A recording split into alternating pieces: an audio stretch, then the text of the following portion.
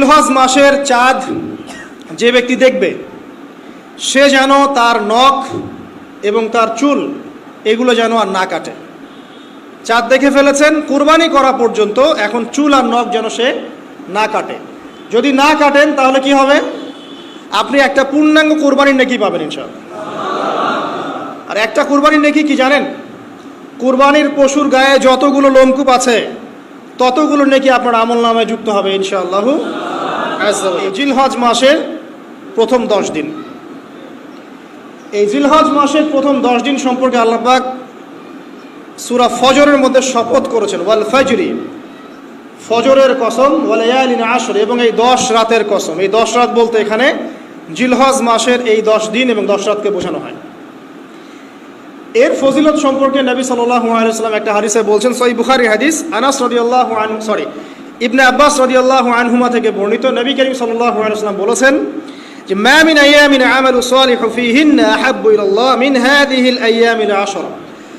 আল্লাহ পাকের কাছে এই 10 দিন অর্থাৎ জিলহজ মাসের প্রথম 10 দিনের নেক আমল যত বেশি প্রিয়, আল্লাহর কাছে জিলহজ মাসের প্রথম 10 দিনের নেক আমল যত বেশি প্রিয়, অন্য কোনো আমল এত বেশি প্রিয় না।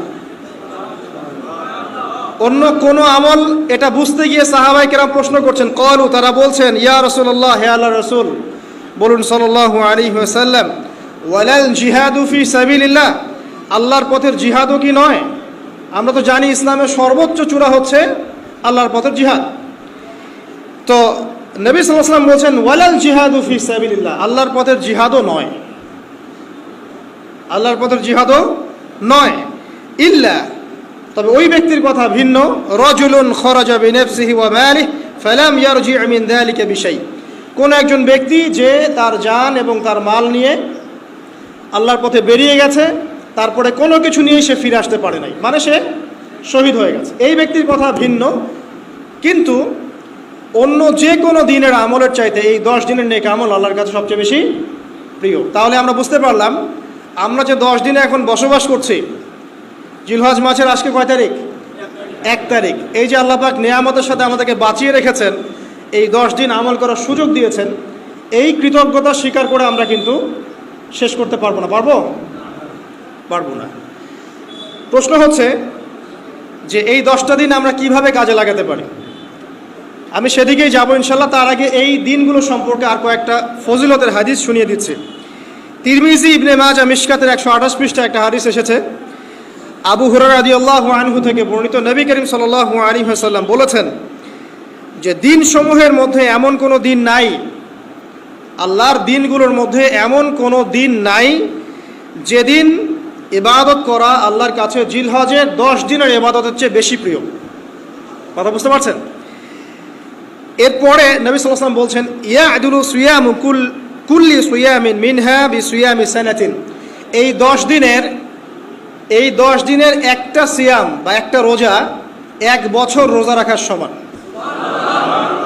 এই 10 দিনের একটা রোজা 1 বছর রোজা রাখার সমান।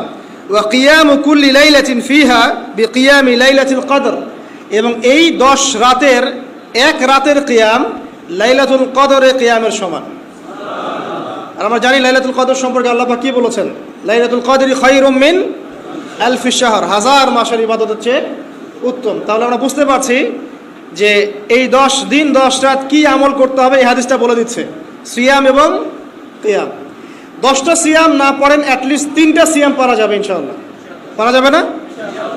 একটা সোমবার পাবো সামনে আমরা, ওটা রাখা যাবে ইনশাআল্লাহ।